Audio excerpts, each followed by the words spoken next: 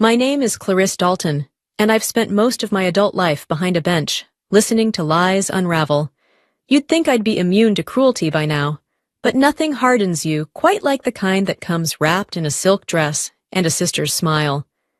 The engagement party was grand. Crystal glasses clinked beneath soft chandeliers, and music hummed from a string quartet in the corner. Her fiancé's family was everywhere.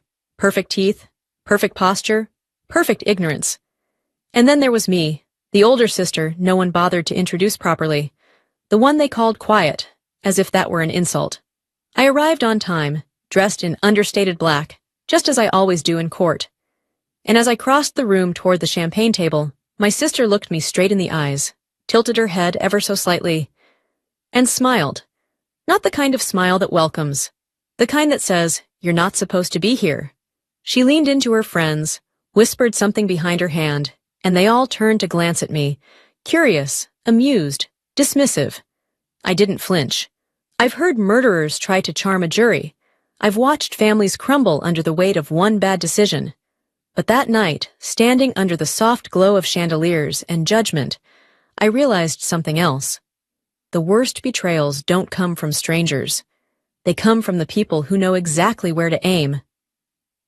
People often assume that silence means weakness, that if you don't fight back, you must not have the strength. But the truth is, some of us learned early on that being invisible was safer, cleaner, easier to survive. Growing up with Camille meant learning how to make myself small. She was the bright one, the charming one, the one who knew how to tilt her head just right to get what she wanted. Our parents doted on her like she was made of porcelain and gold. "Your sister has such a way with people," they'd say, usually after she'd gotten out of trouble with a quick lie or a perfect pout. Meanwhile, I was the quiet one, the serious one, the too intense child who read in corners and corrected teachers. By the time we were in high school, Camille had already decided I was boring. She'd host parties I wasn't invited to, tell people I was adopted from the library, and mock the way I dressed. At the dinner table, our parents laughed along. "Clarice just doesn't know how to let loose," Mom would chuckle. Dad never looked up from his plate. No one ever asked me what I wanted to be. No one cared where I went after school, as long as I didn't cause problems. So I didn't. I studied. I disappeared into textbooks and case law. I learned how to dismantle arguments without raising my voice.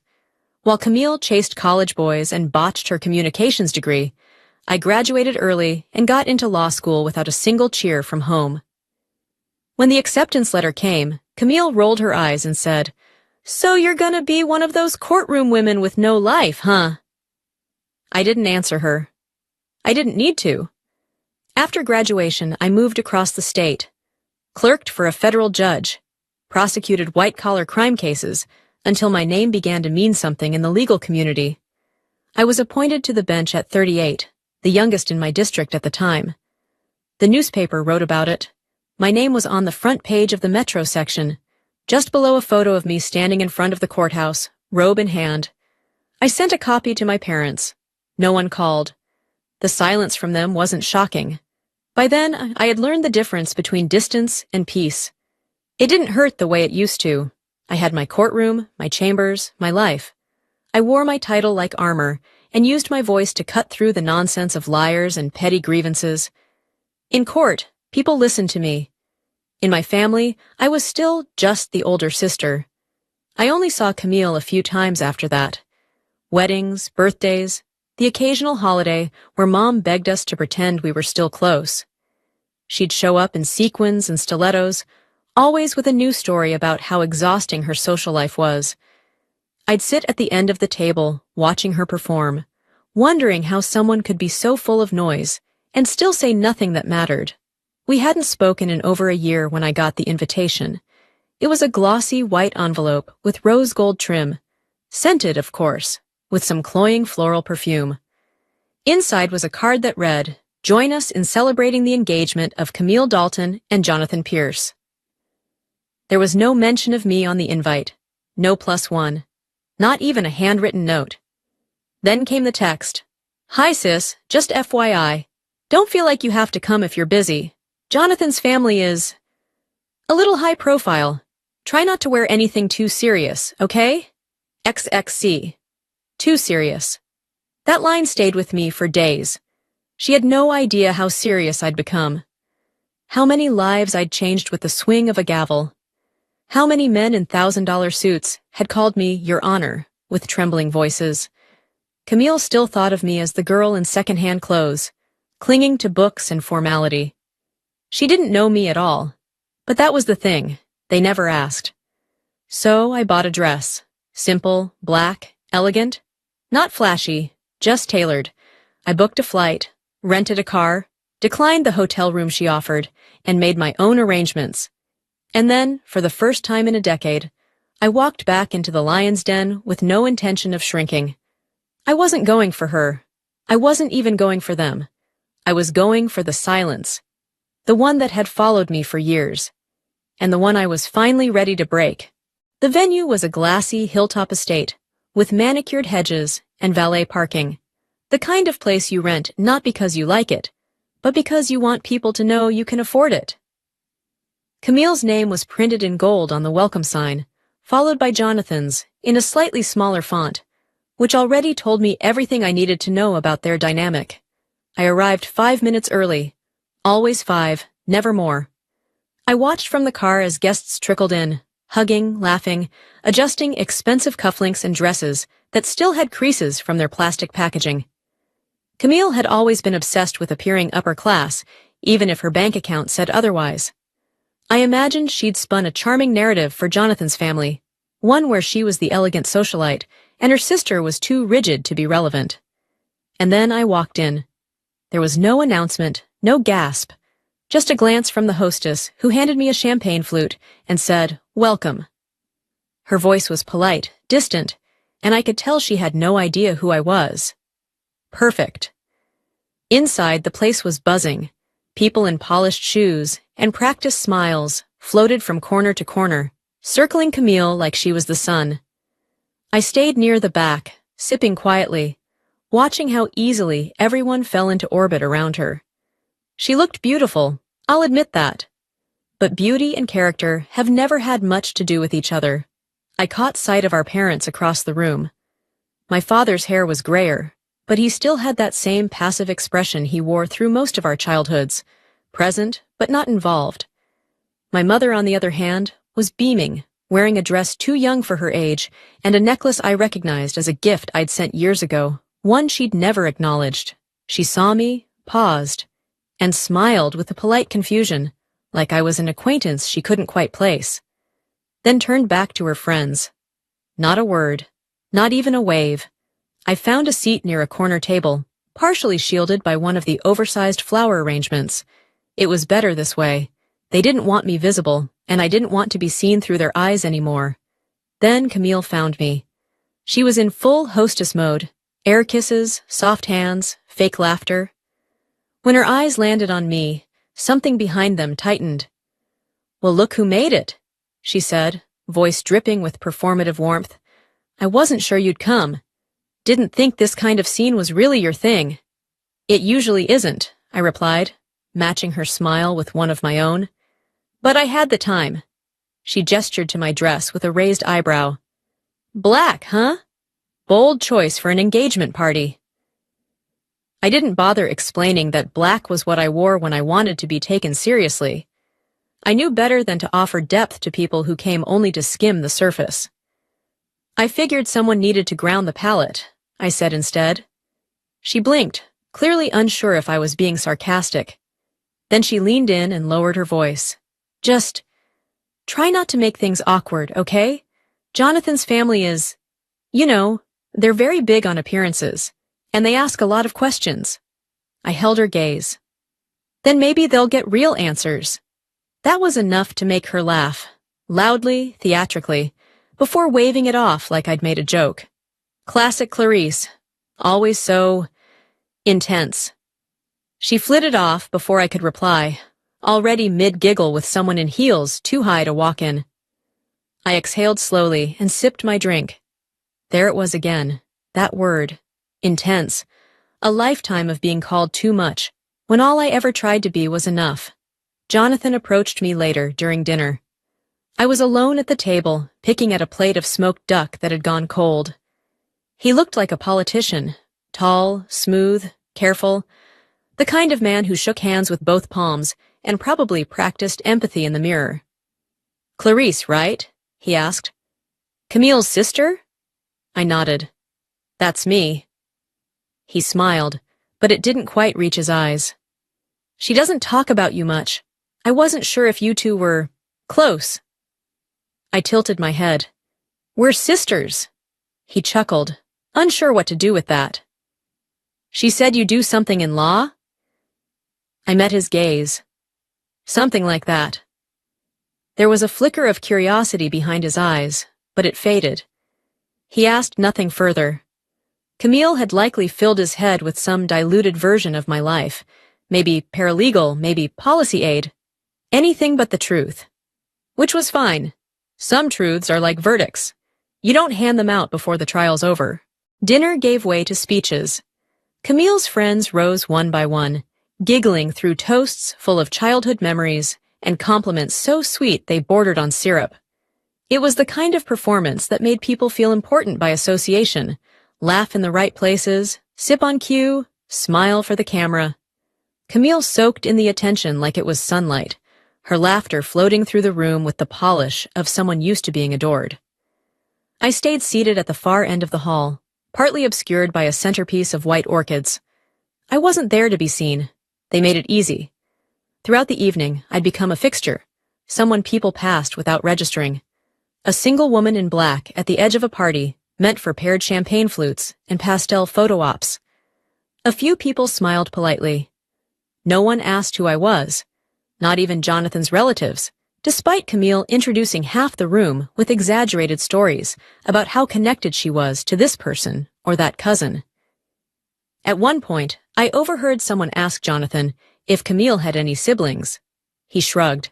"She does," he said, sipping his drink, "but they're not close." I didn't even flinch. That was their story, always had been.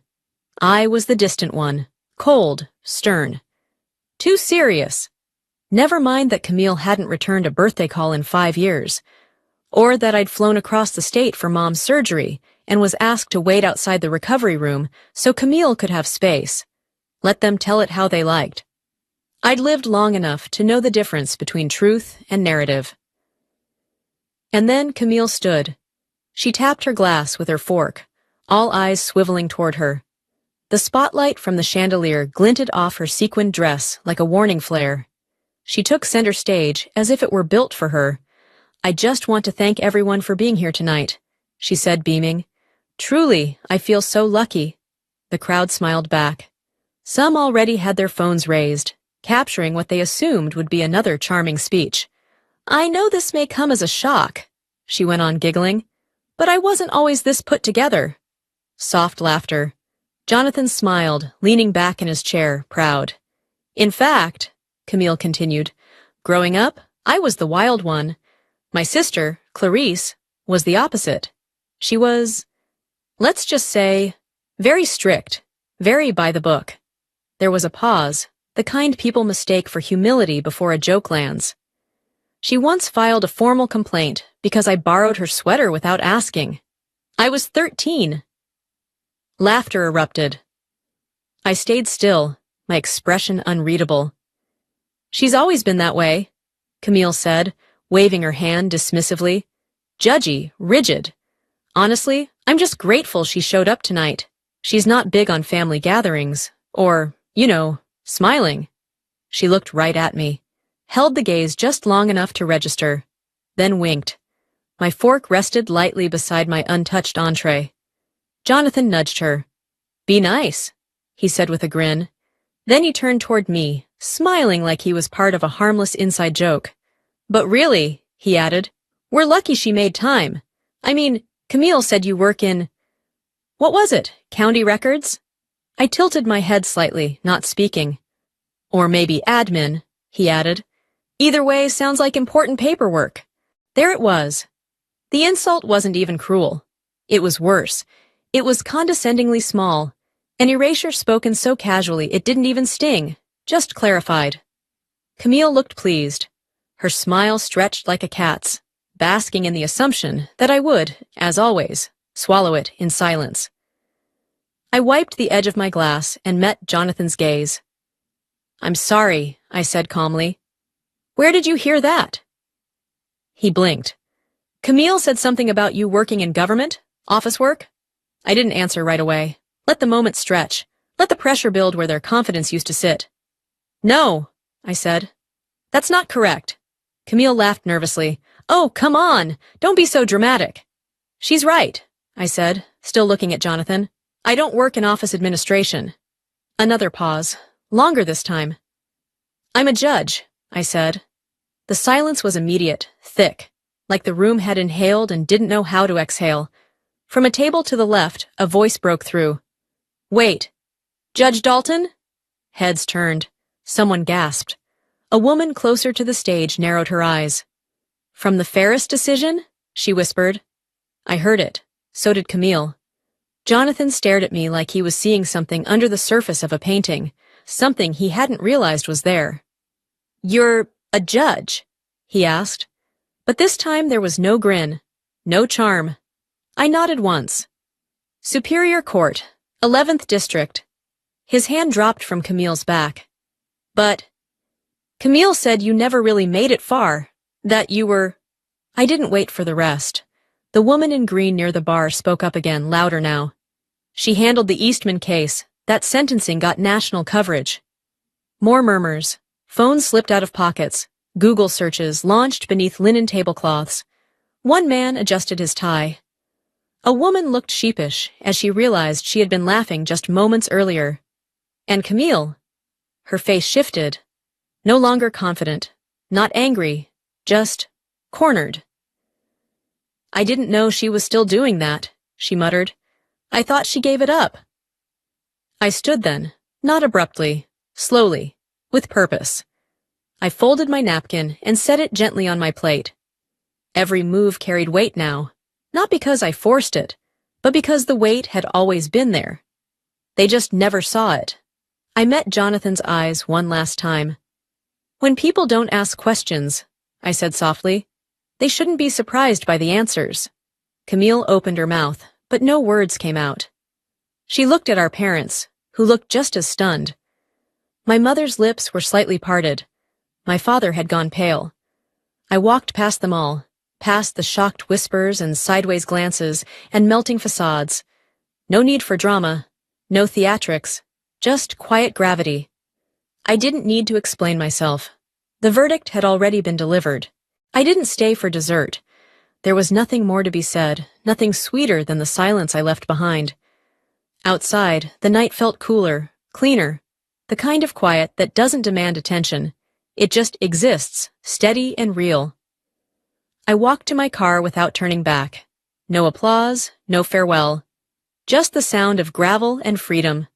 My phone buzzed once. Then again. A missed call from my mother. 2 texts from Camille. "You should have told me." "Why would you embarrass me like that?" As if facts were weapons, as if telling the truth, when asked, was an attack. I didn't respond. They hadn't asked who I was for years. They'd assumed, projected, reduced me to the version that made them feel bigger. And when the truth came out, they didn't feel remorse. They felt exposed. I wasn't angry, not anymore. There was a time I would have given anything to be acknowledged, to be invited into their pride. But somewhere along the way, I stopped needing that. What I built didn't require their blessing. I had earned every inch of my life, with no shortcuts, no applause, and no family name pulling strings. Just work. Quiet, consistent, unglamorous work. The kind that holds weight in rooms they never entered. Inside, I imagined the buzz. Camille rewriting stories. Jonathan realizing his smugness had limits. My parents sitting quietly, unsure how to process the daughter they never bothered to understand. But I didn't need their understanding anymore. They hadn't failed to see me because I was invisible. They failed because they never looked. Now they would. And even if they never said a word about it, never admitted they were wrong, something had changed. Not because I demanded it, but because truth has a way of shifting the air. I didn't need the spotlight. I never wanted center stage. All I ever wanted was my seat at the bench. and the quiet, lasting power of finally being seen.